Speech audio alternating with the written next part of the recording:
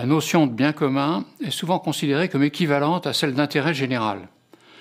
Pourtant, les deux expressions se rattachent à des représentations de l'homme et de la société fort différentes. L'expression « intérêt général » est la plus usitée, c'est qu'elle s'accorde avec la vision dominante aujourd'hui selon laquelle l'économie marchande est l'alpha et l'oméga des sociétés humaines.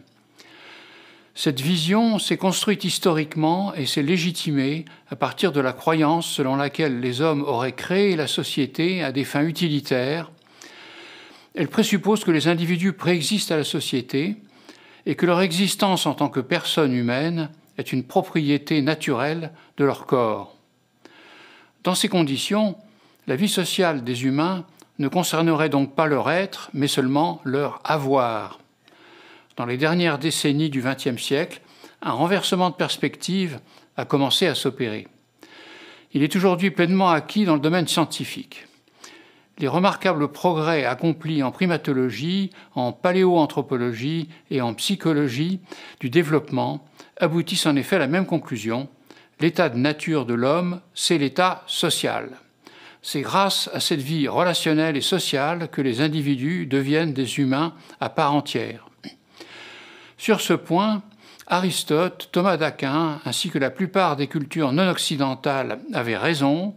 La vie sociale ne répond pas seulement à des fins utilitaires, elle ne concerne pas seulement nos intérêts, elle concerne notre bien. Elle n'est pas seulement ce dont dépendent nos avoirs, elle est avant tout ce dont dépend notre être. C'est seulement dans un cadre de coexistence socialisée qu'est donné au nouveau-né sa place en tant qu'être humain.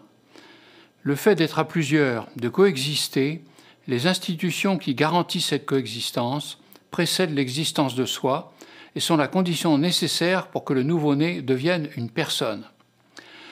La première forme de bien vécu par le bébé est celui que lui procure l'attachement réciproque qui le lie aux adultes qui prennent soin de lui.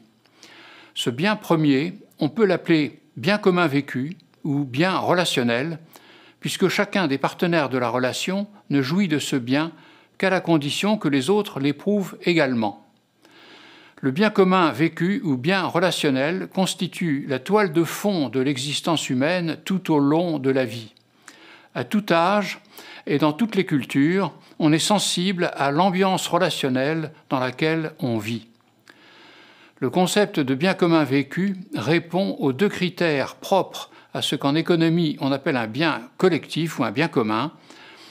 À la différence des biens marchands, c'est un bien non rival, c'est-à-dire que la jouissance d'un bien commun par les uns n'empêche pas les autres d'en profiter, et c'est un bien non exclusif, c'est-à-dire qu'on y accède sans payer.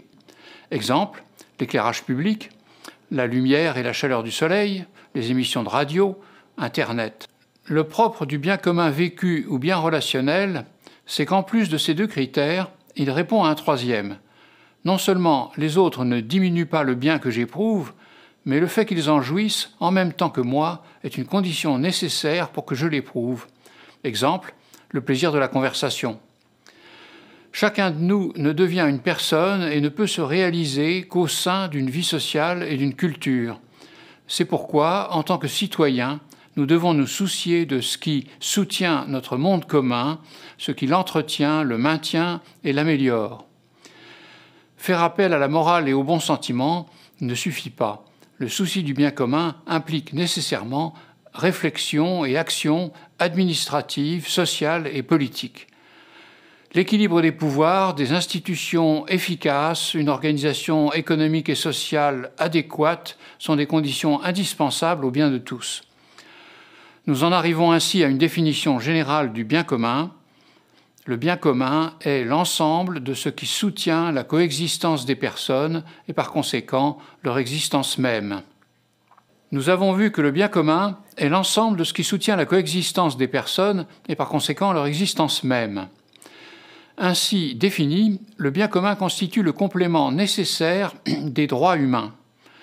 Les droits de l'homme sont des droits individuels.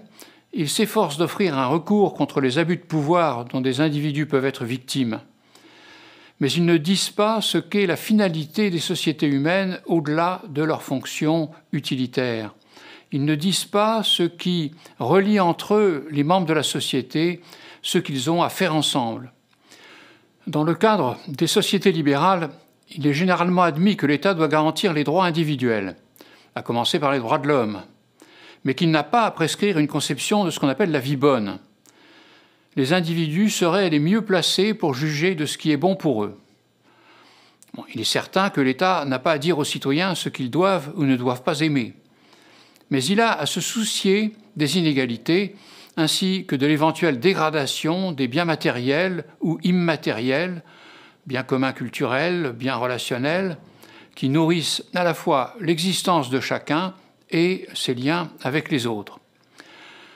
Il est donc nécessaire que les pouvoirs publics, mais aussi les citoyens, chacun à son niveau, se préoccupent de ce qui améliore ou dégrade la qualité de la vie relationnelle et sociale des individus. La notion de bien commun est rejetée par certains sous le prétexte qu'elle a été instrumentalisée par des régimes nationalistes ou totalitaires.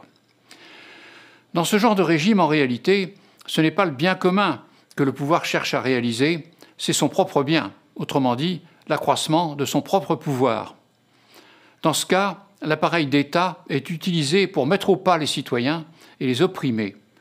Au contraire, le bien commun, tel que je l'ai défini, correspond à une société démocratique. Dans une société démocratique, les institutions et les pouvoirs qui organisent la société sont des moyens au service de la vie personnelle, relationnelle et sociale de ses membres.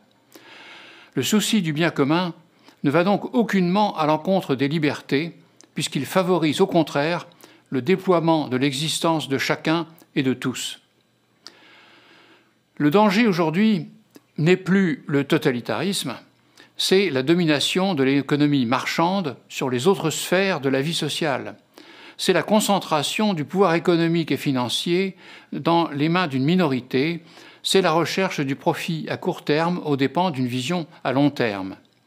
Les sociétés libérales prétendent laisser à chacun des citoyens la liberté de décider par lui-même ce qu'est son bien. Mais en réalité, elles ne cessent de leur faire miroiter la consommation comme bien suprême. Or, il faut bien se dire qu'aucune société humaine n'a existé et ne peut exister uniquement sur la base des biens marchands. Les biens communs attirent nettement moins notre attention, ils ne sont pas un objet de désir ni une source d'enrichissement, et pourtant, ils jouent un rôle essentiel dans nos vies. Il existe une immense variété de biens communs. Ils vont des plus matériels, égouts, voiries, eau potable, etc., aux plus immatériels, la confiance, les savoirs, la vision à long terme, en passant par tous les intermédiaires, institutions, administrations, droits, éducation, formes de sociabilité, notamment intergénérationnelles, santé, Internet, savoir-faire, art et autres biens culturels, sans oublier les biens communs naturels, les rayons du soleil, l'eau, les paysages, et l'ensemble de la planète qui constitue notre irremplaçable milieu de vie. Disons pour conclure que le bien commun, au singulier, se réalise concrètement à travers l'association équilibrée des biens marchands et des biens communs au pluriel.